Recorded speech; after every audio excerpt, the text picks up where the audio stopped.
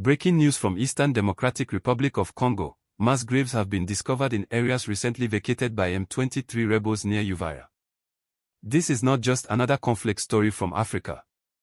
This is about war crimes, international complicity, and the ongoing tragedy that the world continues to ignore in one of Africa's most resource-rich nations. Welcome back to the channel. I am bringing you the African stories that matter, the ones that don't make headlines on CNN or BBC. Today we're diving deep into what these mass grave discoveries really mean, not just for Congo, but for the entire Great Lakes region and Africa's fight for true sovereignty. We'll examine who is really behind M23, why this keeps happening, and what it tells us about the international community's complicity in Congo's suffering. To understand why these mass graves matter, we need context. The Eastern Democratic Republic of Congo has been a killing field for over 3 decades. Since the 1990s, this region has witnessed some of the deadliest conflicts in modern African history. We're talking about over 6 million deaths, making it the world's deadliest conflict since World War II. But here's what they don't tell you in Western media. This isn't just ancient tribal warfare, as they love to portray African conflicts. This is about resources.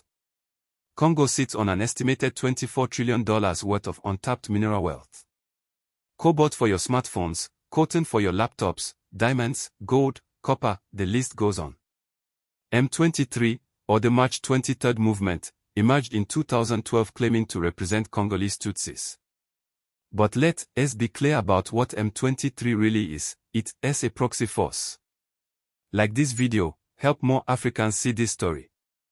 The evidence is overwhelming that M23 has been armed, trained, and supported by Rwanda, with tacit approval from Uganda.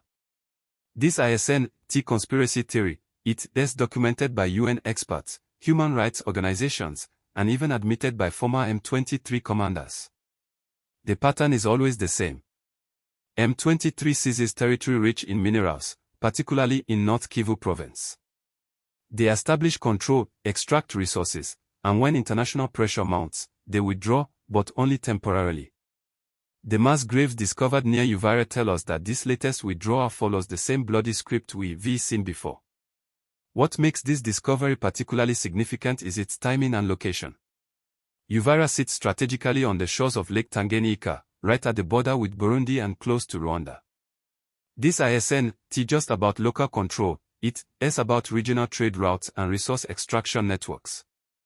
The Congolese authorities, working with local civil society groups, have documented these mass graves following M23's recent withdrawal from the Uvira area.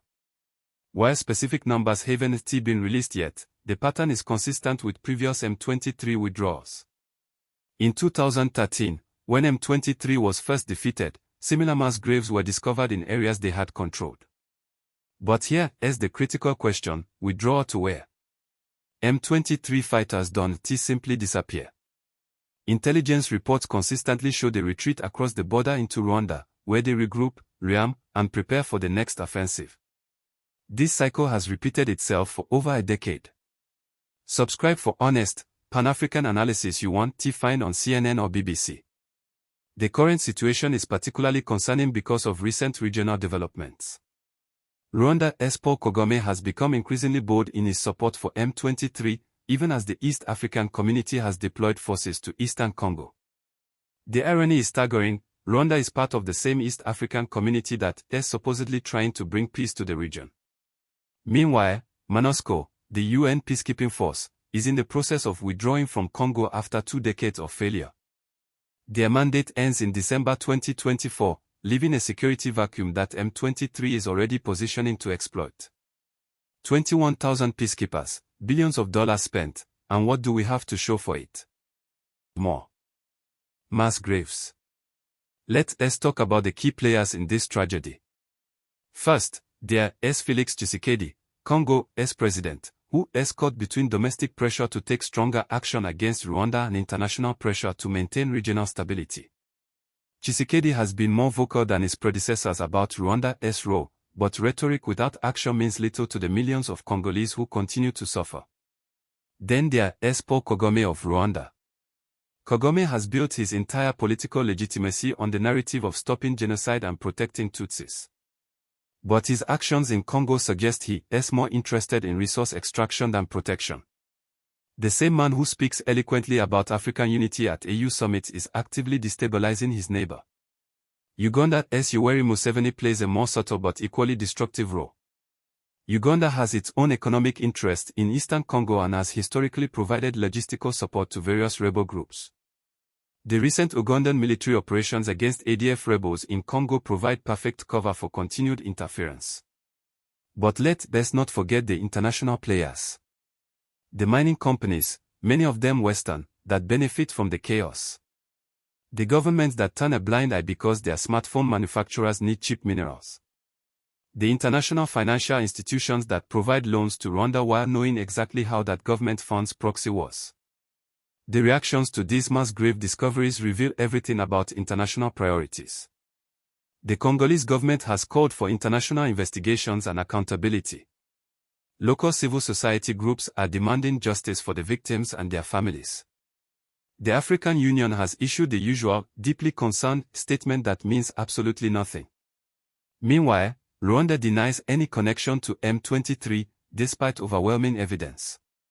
Kigali's spokesperson said these are baseless accusations meant to distract from Congo's internal governance failures. This is classic deflection, blame the victim while continuing the violence. The United States and European Union have imposed some sanctions on M23 leaders, but notably not on Rwanda itself. Why? Because Rwanda is considered a development success story and a reliable partner in the region. Never mind that this reliable partner is actively destabilizing its neighbor. The most telling reaction: silence from much of the international media. When similar mass graves are discovered in Ukraine or Syria, it's front-page news for weeks. When they are found in Congo, it barely registers. This selective outrage tells us everything about how African lives are valued on the global stage. But here is a different perspective from some analysts. They argue that the situation is more complex, that M23 does represent legitimate grievances of Congolese Tutsis who face discrimination. They point to the weakness of Congolese state institutions and argue that groups like M23 emerge because the government can't provide security or services. There is some truth to this. Congo's state capacity remains limited, especially in the east. But this doesn't justify mass graves. And it certainly doesn't justify Rwanda's intervention under the guise of protecting minorities. What does this mean for Africa as a whole? First, it demonstrates the continued weakness of African institutions. The African Union, SADC, the East African Community, none of these bodies have been able to effectively address this crisis. They issue statements, hold meetings, but the killing continues. Second, it shows how easily external powers can manipulate African conflicts. France, the United States, China, they all have interest in the region and have at various times supported different factions. This external interference perpetuates instability and prevents genuine African solutions. Third, and most importantly, it reveals the cost of not taking African unity seriously. When African countries can't resolve their own conflicts, when they turn to external mediators and peacekeepers, they cede sovereignty and dignity. But there is also hope in this story.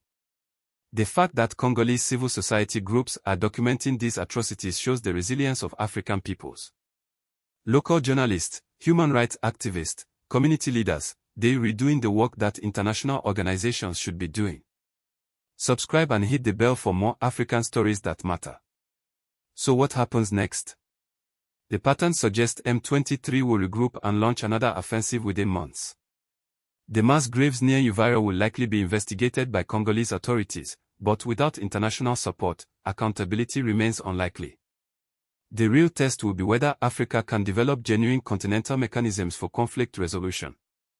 Not the current system of summits and statements, but real institutions with real power to enforce peace. For Congo specifically, the solution requires addressing both immediate security needs and longer-term governance challenges. This means strengthening state capacity, improving service delivery, and yes, holding Rwanda accountable for its destabilizing role. Check out this next video where I analyze why Rwanda gets away with so much international support despite its regional behavior. The discovery of these mass graves in Uvira isn't just another news story, it is a reminder that African lives matter, African sovereignty matters, and African unity isn't just an aspiration, it is a necessity for survival. The families of those buried in these mass graves deserve justice. The millions of displaced Congolese deserve peace. And Africa deserves better than the cycle of violence and exploitation that has defined the Great Lakes region for too long. Comment your thoughts below. Do you think Rwanda should face stronger sanctions for its role in Eastern Congo? What would genuine African solutions to this crisis look like? Let's keep this conversation going because these stories matter, these lives matter, and Africa's future depends on getting this right.